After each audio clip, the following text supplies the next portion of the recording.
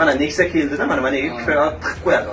Birgina qarz nizosi oilani vayron qildi. Denovda pul nizosi bir insonning bevaqt o'limi va 4 kishining qamoqqa olinishi bilan yakunlandi. Voqea 27 aprel kuni soat 17:50 atrofida Bog'i Shamol mahallasidagi avtoyuvish shoxobchasi yaqinida yuz bergan. Ma'lumotlarga ko'ra 1970-yilda tug'ilgan ota va uning 32 yoshli o'g'li pul masalasida avvaldan kelishmovchiligi bo'lgan 35 yoshli qarindoshi hamda uning sheriklari bilan to'qnash kelgan. Mudhish janjal davomida ota-bola ayovsiz kaltaklangan va kuch ishlatilib Gentra rusumli avtomobilga o'tkazilib, voqea joyidan olib ketilgan. Olingan og'ir tan jarohatlari sabab 56 yoshli ota shifokorlarning harakatiga qaramay 28-aprel kuni shifoxonada vafot etgan. Mazkur holat yuzasidan dastlab Jinoyat kodeksining 104-moddasi 2-qismi bilan ish qo'zg'atilgan bo'lsa, keyinchalik ayblov moddaning 3-qismi D bandiga qayta malakalandi.